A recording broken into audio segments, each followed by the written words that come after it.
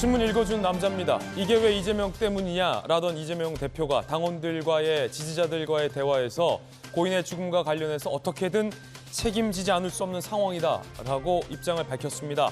잠시 후에 이야기 나눠보죠. 오늘 조간신문 4가지 키워드 준비되어 있습니다. 먼저 첫 번째 키워드부터 공개합니다. 첫 번째 키워드는 뭘까요? 바로 이겁니다. 백지화. 동아일보 1면에 오늘 이 기사 쓰고 있습니다. 이 백지화 되는 거냐?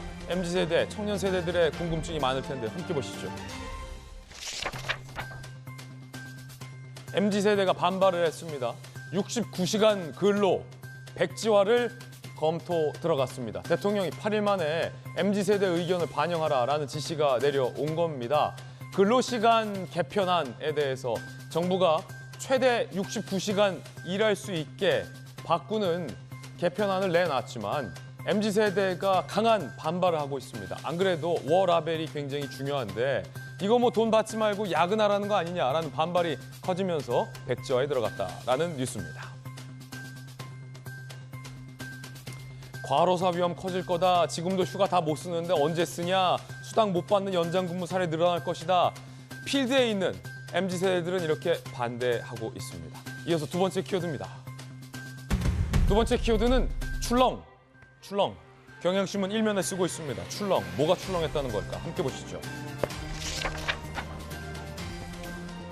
실리콘밸리 은행 충격에 코스피도 2.56% 급락을 했습니다. 일단 우리 금융은 선방했다라는 분위기이긴 하지만 세계 증시도 출렁였습니다.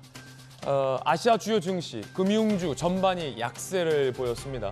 특히나 이 뱅크런이 우려되고 있고 또 다른 은행에 대한 뱅크런 공포까지 커지고 있는 상황입니다. 사진은 예금을 인출하기 위해서 줄지어선 실리콘밸리 은행 고객들의 모습입니다.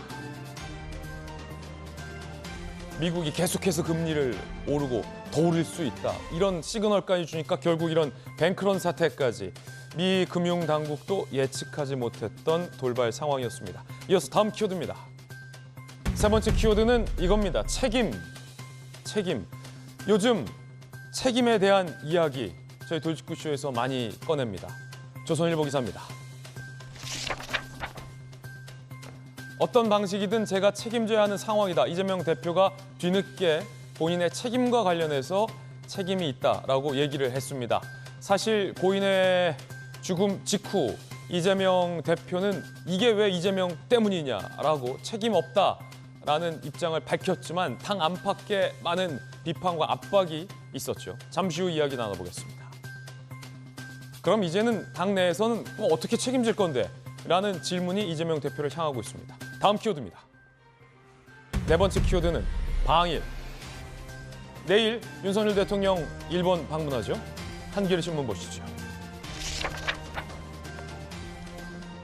노포에서 일본이 윤석열 대통령과의 맞춤 만찬 의전을 준비했습니다. 대통령실에서는 셔틀 외교가 복원될 거다라는 희망도 갖고 있습니다. 일본 언론에서도 기시다 총리가 방한할 것을 검토 중이다라는 보도도 내고 있습니다. 한일 외교는 정상화가 탄력을 받고 있는데 중요한 건 강제징용 피해자들의 마음을 어떻게 정부가 보다 더 진정성 있게 위로할 것인가의 문제가 남을 것 같습니다. 지금까지 신문 읽어준 남자였습니다.